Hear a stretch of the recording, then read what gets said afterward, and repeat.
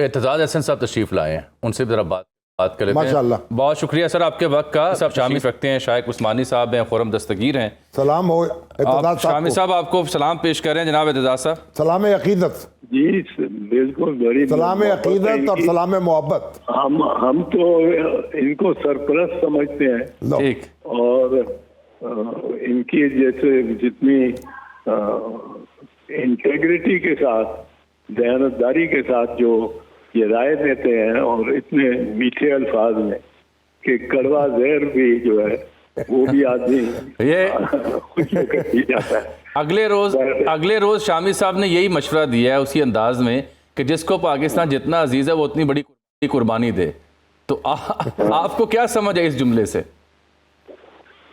Sir वो हर एक को, इसे मुझे ये समझ आई कि हर एक को अपनी अना को जरा पीछे रखना होगा और उसको अहमियत अना को ज्यादा ना दे। वो जो होती है गैरत और वो जो होती है एक लिहाज से बड़ी मेरी इज्जत खराब हो जाएगी, इज्जत का मामला ना बनाए, मुल्क का सोचें। अपनी अना का नाम पाकिस्तान ना रखें। हाँ बिल्कुल, बिल्कुल जी, बिल्कुल बजा। तो चौधरी साहब, ये साल तो ख़त्म हो रहा है, अगला साल आ रहा है। इस बीच में मुज़ाकरात की कहानी भी कोई हल्की फुल्की चली है, आपने भी कई दहाइयाँ देखी सियासत की। आपको लगता है 2026 में कोई आवाम को सुख का चैन मिलेगा, कोई सियासतदान मिल बैठेंगे, बातचीत से मसाइल हल करेंगे, कोई रास्ता खुलेगा, या आपको लगता है ये जमूद यूं ही रहेगा? नहीं, जमूद तो हरगिज़ नहीं रहेगा मेरी निगाह में। अच्छा जी। जमूद तो फितरत को पसंद ही नहीं। एक दूसरा, हर बात का जितना आप अमल करेंगे किसी भी मामले पे, उतना उसका रद्द अमल भी होगा, और वो रद्द अमल भी अगर शदीद होगा, सितम तो रद्द अमल भी शदीद होगा। ये तो साइंस की बातें हैं और साइंस हमें सिखाती है।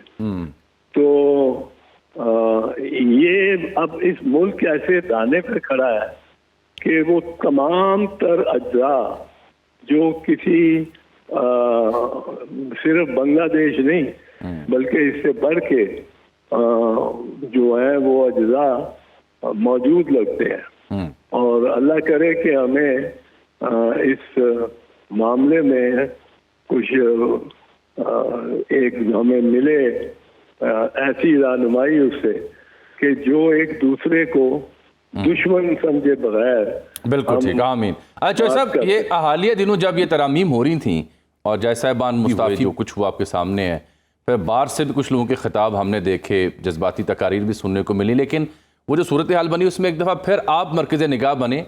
जो आखिरी लॉयर मूवमेंट थी उसके दूल्हा भी आप ही थे, तो इसलिए वकला से लेके और दीगर लोग जो इन मामलात के ख़िलाफ़ थे वो आपकी तरफ देख रहे थे। तो क्या आप एक्टिवली किसी ऐसी मूवमेंट का हिस्सा बन सकते हैं 2026 में, या अब रिटायरमेंट ले लिया आपने, और क्या उसके इम्कान है? नहीं, एक्टिवली तो जितना एक्टिविटी मैं कर सकता हूँ वो अभी भी कर रहा हूँ और आइंदा भी करूँगा।